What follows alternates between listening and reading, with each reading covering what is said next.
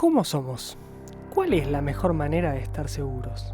¿Cómo llegamos de una pregunta a una teoría? ¿Qué es el método científico? ¿Qué relación hay entre una manzana y las órbitas de los planetas? ¿Por qué las teorías cambian el mundo? ¿Qué es la ciencia? ¿Qué tal? Mi nombre es Manuel, soy médico, hago investigación en neurociencia. Como no soy un tipo de palabras, le voy a pedir palabras a alguien más inteligente que yo.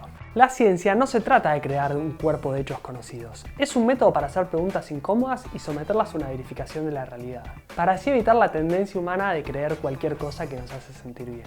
¿Cómo es el método? Es relativamente simple. Primero, observamos al ambiente. Después, vamos a analizar lo que hayamos visto para así desarrollar una hipótesis. Esta hipótesis nos va a servir para la parte más famosa de la ciencia, que es experimentar. Vamos a experimentar si nuestra hipótesis es correcta.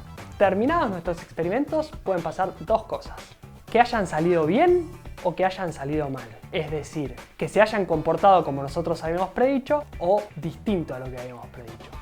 Cualquiera de los dos resultados es valioso. Si los resultados no dan como nosotros esperábamos, vamos a rechazar nuestra hipótesis y va a haber que volver a mirar al mundo para tratar de explicarlo de otra manera. Y si los resultados dan como nosotros creíamos, vamos a reforzar nuestra hipótesis. Y quizás esa hipótesis va a poder convertirse en una teoría que no solo explique nuestro experimento, sino que explique al resto de las cosas de la realidad.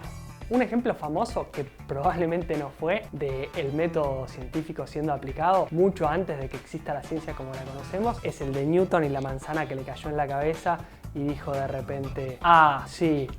La teoría de la gravedad. Cientos de años después seguimos desarrollando las ideas de Newton. Miles de experimentos se hicieron, algunos que refutaron parte de las ideas y otros que la continuaron. Hoy la gravedad no es la de Newton, sin embargo, gracias a su idea original, seguimos explicando cómo funciona el universo.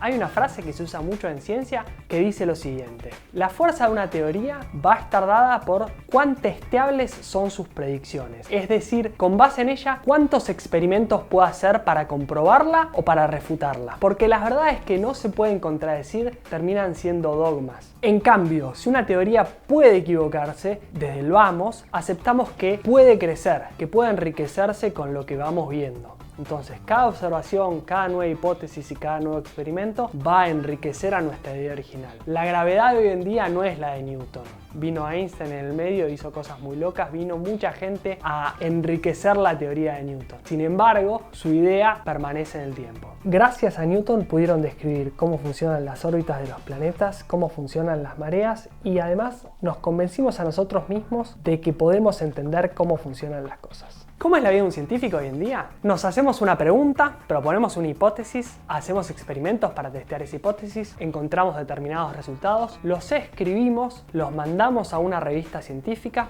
El primer chequeo lo hace un editor de la revista y si le parece lo suficientemente riguroso, esa revista científica se encarga de conseguir un grupo de especialistas en el tema que revisen los resultados y nuestra hipótesis. Lo más probable es que nos pidan más experimentos y esto se puede repetir varias veces.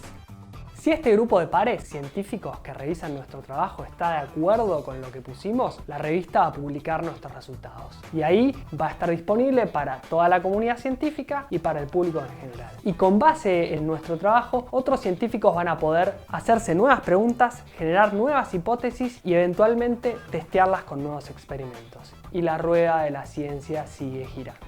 En definitiva, entonces, la ciencia es la mejor manera que tenemos de preguntarnos cómo es el mundo. Y no quedarnos contentos con esa idea, de seguir chequeando todo el tiempo.